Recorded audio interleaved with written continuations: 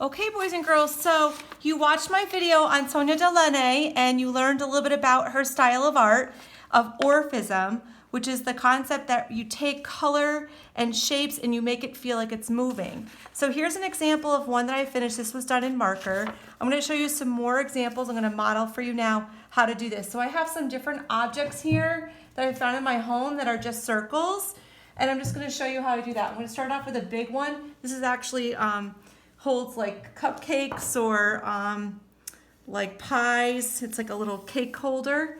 And I'm gonna make this circle go off the page. See how I did that? And then I could take, like, here's a plastic plate that I have from one of my kids that they used to eat with. So I could do that. I could start to trace different circles.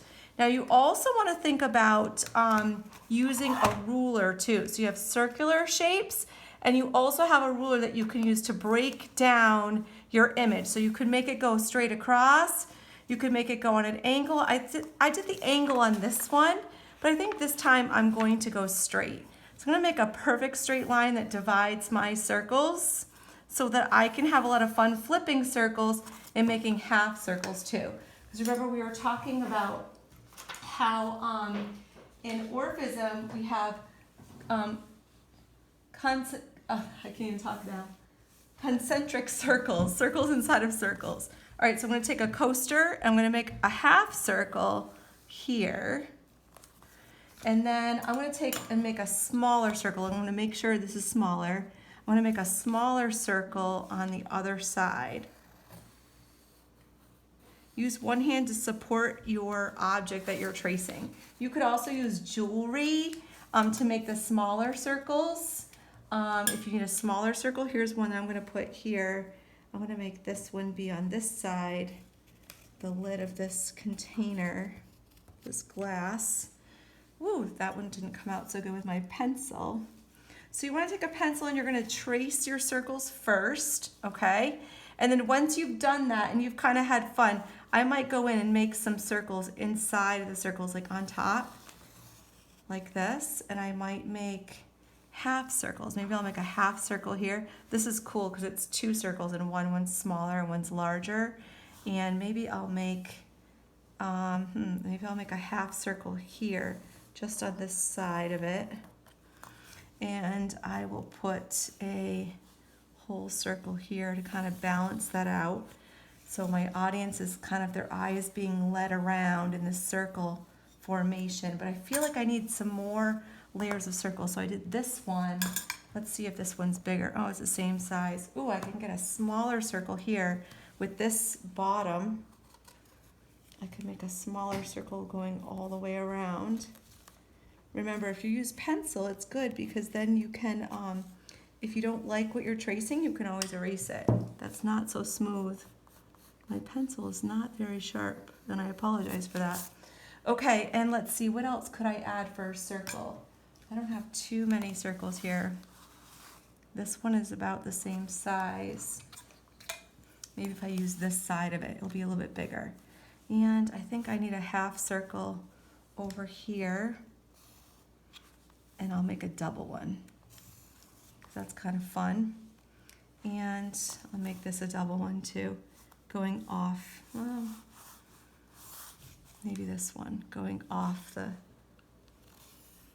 circle there. Okay, so once you've done that and you've had a lot of fun playing with your circles, half circles and whole circles, then you can start to think about color choice. Remember, boys and girls, we've talked a lot about the color wheel. Using the element of color is extremely important when it comes to orphism because it really is that concept of playing with color and really making a feeling or movement with your art. So after you've created your abstract art, your avant-garde style art, you can go in and you can start to think about the color choice. You could do shades of warm colors, of yellows, oranges, and reds.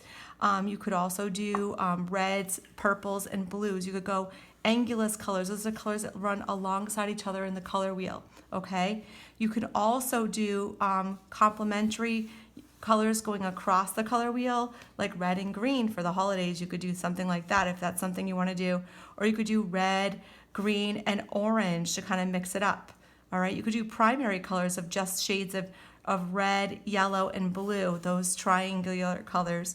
Or you could do the tertiary colors, which are the secondary colors of orange, violet, and greens. Or those tertiary, sorry, is the yellow, green, blue, violet, the red violets or magentas, and the yellow orange, okay?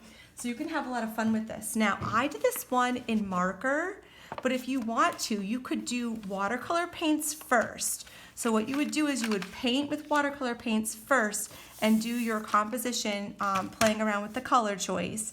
And I would fill the entire paper with color, boys and girls. So you could do that first. You could use watercolor paints first, and then you could go over it and blend colors like we've talked about in our classes before, where you're blending colors on top. So you could do a bottom layer of like a light green and then go over it with a darker green crayon or even a yellow crayon. And when you blend those colors together, you get that a tertiary color of the yellow green, or in this case, you could do yellow orange if you had yellow down first and you just use an orange crayon on top. So that's another option for you to kind of vary the colors if you want to just set up a plan of, I'm only going to do shades of yellow and orange, or I'm only going to do reds and purples, okay? All right, so then boys and girls, after you create your design, remember that with Sonia Delaunay's work, she does use bold colors and make lines of black line, but in this case you don't necessarily have to, because the division of line can be created with color itself. All right, so take your time with this, do really solid coloring work, and take a photograph of your work when you're finished. I really enjoyed doing this today. I had a lot of fun. It was very peaceful, and I can't wait to finish this one. I'll show you this one in class. When it's completed, I'll use the watercolor paints. But again, you could use washable marker too. If I did this, I could go in and take a paintbrush and blend it in, but bounce around, boys and girls. Don't do, if you're going to paint, all right, if I was going to paint this blue and this is going to be purple, I would paint this blue first and then skip around and do other things that are blue and let it soak in and dry. And then I would go in and do the other colors. If you paint very close together, you won't get that clean, crisp line like you see here with Sonia Delaunay's work. All right, boys and girls, so keep that in mind, that you want to skip around if you're using watercolor paints so that they don't bleed, because in this case, solid color is what we're looking for. So you could use marker, you could use crayons, color pencils are great. Oil pastels are one that I've done with a project similar to this, and they come out really nice, blending the colors. All right, boys and girls, I can't wait to see your work. Don't forget to post it. Have a good day.